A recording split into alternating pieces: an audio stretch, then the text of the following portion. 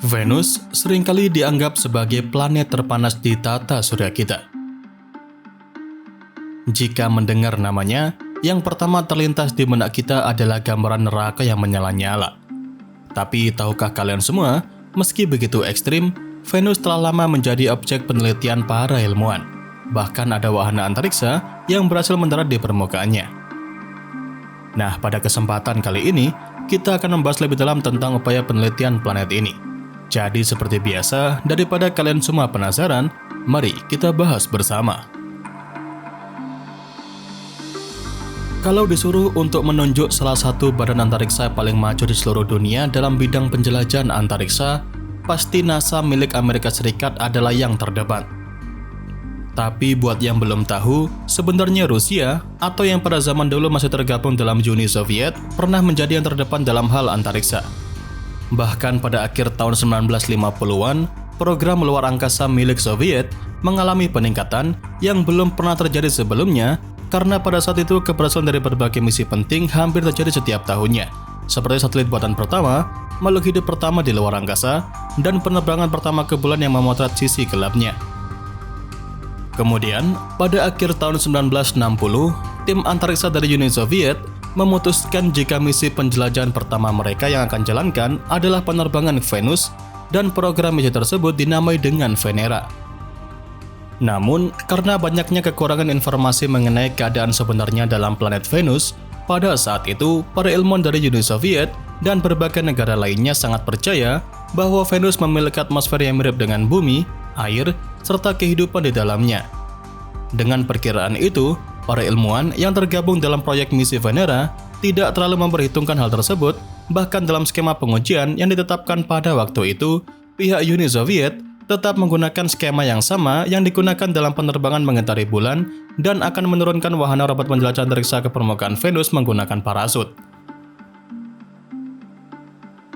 Ya tentu saja dapat ditebak endingnya. Keadaan dalam planet Venus tidak seperti yang diperkirakan pada waktu itu. Itulah mengapa robot penjelajah antariksa Venera 1 yang diperkirakan dapat langsung mendarat pada permukaan Venus langsung mengalami kegagalan komunikasi yang membuat misi Venera tidak dapat memperbaiki jalur penerbangannya. Alhasil, wahana antariksa itu pun terbang 100.000 km melewati planet yang menjadi tujuannya pada tahun 1961. Walaupun gagal, tapi tetap saja ya, pencapaian pihak Uni Soviet pada waktu itu tetap merupakan sesuatu yang luar biasa karena pada waktu itu memang belum pernah ada wahana antariksa yang pernah terbang begitu dekat dengan Venus sebelumnya. Singkatnya, selama 1 dekade, berbagai peluncuran generasi wahana Venera ke Venus menjumpai serangkaian kegagalan dalam menaklukkan salah satu planet tetangga itu. Berbagai kegagalan itu terjadi karena pada waktu itu para ilmuwan di seluruh dunia masih buta mengenai keadaan sebenarnya di Venus yang menjadi penyebab utama berbagai generasi wahana antariksa Venera tidak memiliki peluang sedikit pun untuk dapat mencapai permukaan Venus. Dari mulai wahana Venera 1-6 dan seterusnya, semuanya terkoyak habis oleh tekanan ekstrem dari atmosfer Venus sampai beberapa misi yang gagal bahkan ada yang tidak diungkap secara publik. Meskipun begitu, data yang berhasil dikirimkan oleh wahana antariksa yang kembali ke bumi tetap memberikan informasi yang akurat tentang komposisi atmosfer, suhu, dan juga tekanannya. Misalnya, seperti pengetahuan baru mengenai atmosfer Venus yang mengandung 90% karbon dioksida dan memiliki tekanan serta suhu yang sangat-sangat tinggi. Penelitian pun terus dilakukan pada waktu itu dengan berbekal semua pengetahuan baru yang berhasil didapat oleh kegagalan generasi wahana Venera dalam menjelajahi planet Venus.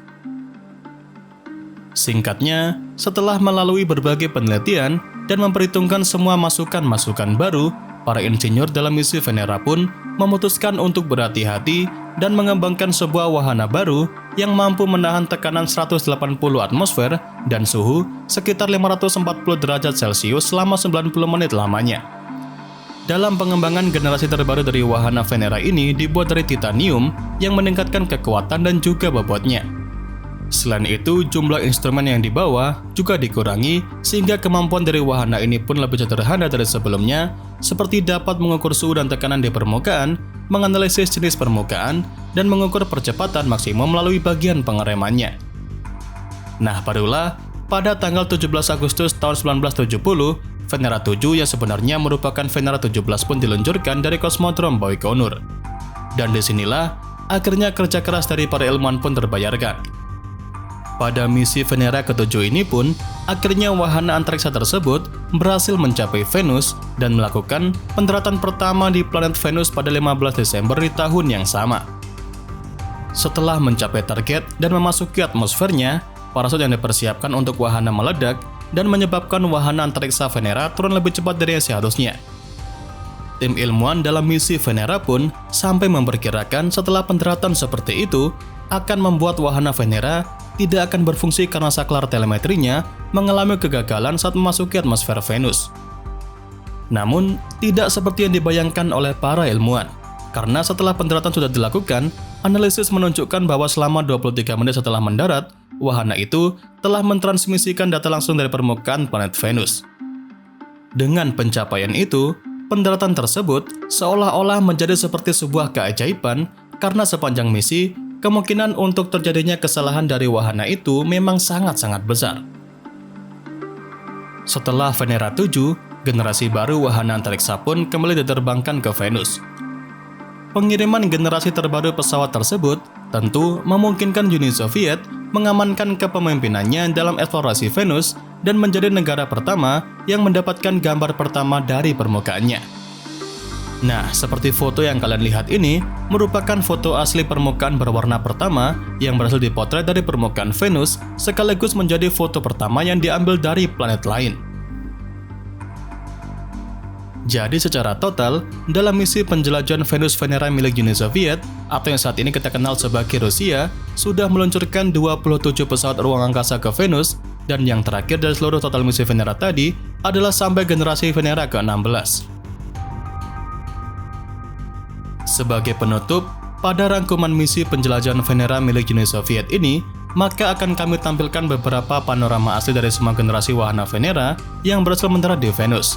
Dan semoga bisa memberikan kalian semua sebuah pandangan baru mengenai Venus yang lebih dekat lagi. Mari kita simak bersama-sama.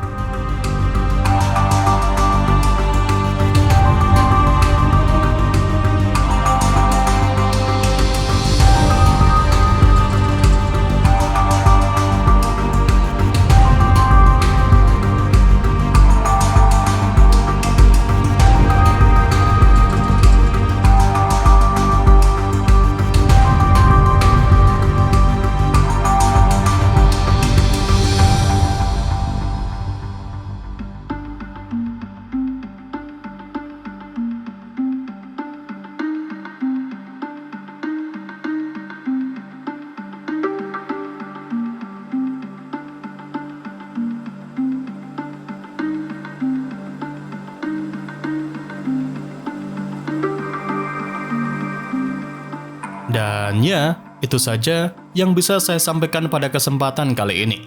Seperti biasa, semoga dapat memberikan pengetahuan baru seputar dunia astronomi sekaligus hiburan untuk kalian semua. Jangan lupa, kedepannya masih akan ada banyak lagi pembahasan menarik seputar dunia astronomi yang akan saya sampaikan. Dan tentunya bakal sayang banget untuk kalian lewatkan. So, tetap stay tune terus ya bersama kami, Nasi Angkasa, Media Astronomi Indonesia.